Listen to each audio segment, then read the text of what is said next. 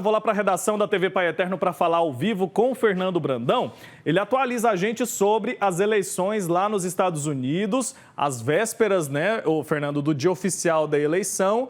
Kamala Harris e Donald Trump aparecem empatados tecnicamente nas pesquisas, então a corrida está bem acirrada por ali, né? Voto a voto essa eleição. Bom dia.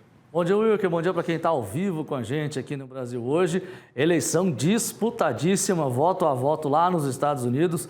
Kamala Harris e o Donald Trump estão aí disputando voto a voto lá naquele país que tem aí cerca de 160 milhões de eleitores aptos para votarem amanhã em todo o país. Inclusive lá, Wilker, tem uma situação que é um pouco diferente da do Brasil.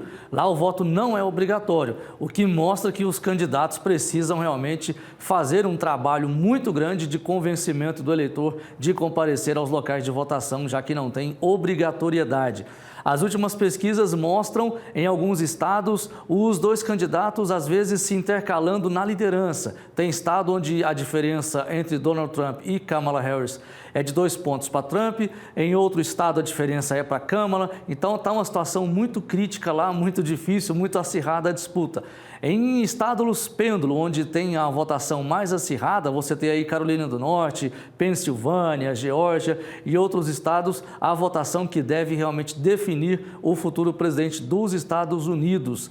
Na sexta-feira, o Brasil tem acompanhado de perto essa eleição, porque como é uma eleição que acontece na maior potência do mundo, essa eleição influencia todo o planeta, inclusive aqui no Brasil. E o presidente Lula disse na sexta-feira que seria mais seguro para a democracia se Kamala Harris vencesse o pleito norte-americano. Portanto, o Brasil estaria alinhado ao que pensa a candidata democrata, a Kamala Harris. Já o ex-presidente Donald Trump tem apoio aí de muitos empresários, apoio de outras lideranças também, e realmente a gente precisa acompanhar essa disputa, estamos acompanhando essa disputa para ver realmente quem será o novo presidente. São 270 delegados que vão aí definir o futuro da maior potência do planeta. Então a gente está acompanhando essa situação. Cada estado, lá nos Estados Unidos, para você que está me acompanhando agora, é muito diferente o sistema de votação em relação ao Brasil. Aqui a gente tem a urna eletrônica, onde a gente fica sabendo na mesma noite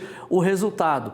Lá não. Lá a população ela vota no candidato, mas aí tem os estados que tem aí o colégio eleitoral. Então esses estados é como se, por exemplo, a Carolina do Norte, se tiver a Carolina do Norte cerca de 10 delegados, o vencedor na Carolina do Norte conquista esses 10 delegados. Se Donald Trump vencer por lá, ele tem esses 10 delegados. Se Kamala Harris vencer, ela tem os 10 delegados. E assim, cada estado tem uma contagem, uma porcentagem de delegados. Esses delegados, somando 270, quem chegar a essa soma, vence as eleições por lá. É um processo um pouco mais complicado de se entender, vamos dizer assim, mas funciona assim há mais de 200 anos, é uma democracia muito consolidada. O Brasil e o mundo de olho nas eleições nos Estados Unidos, viu, Wilker? É isso, né? Eleições que impactam aí de várias maneiras todos os países do mundo, né? Nem que seja minimamente, mas que tem um impacto, por isso que a gente está sempre de olho em tudo que acontece por lá.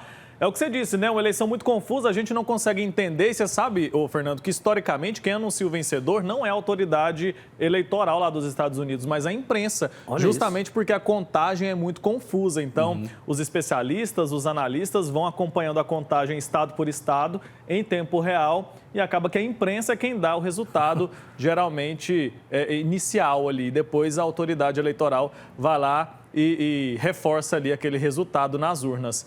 É um processo louco, né? Porque a gente não entende, né? Às vezes o candidato teve menos voto de menos pessoas votando nele, mas mesmo assim ele ainda ganha eleição. É, exatamente. É tão mais fácil, vamos dizer assim, o processo brasileiro com a urna eletrônica, né?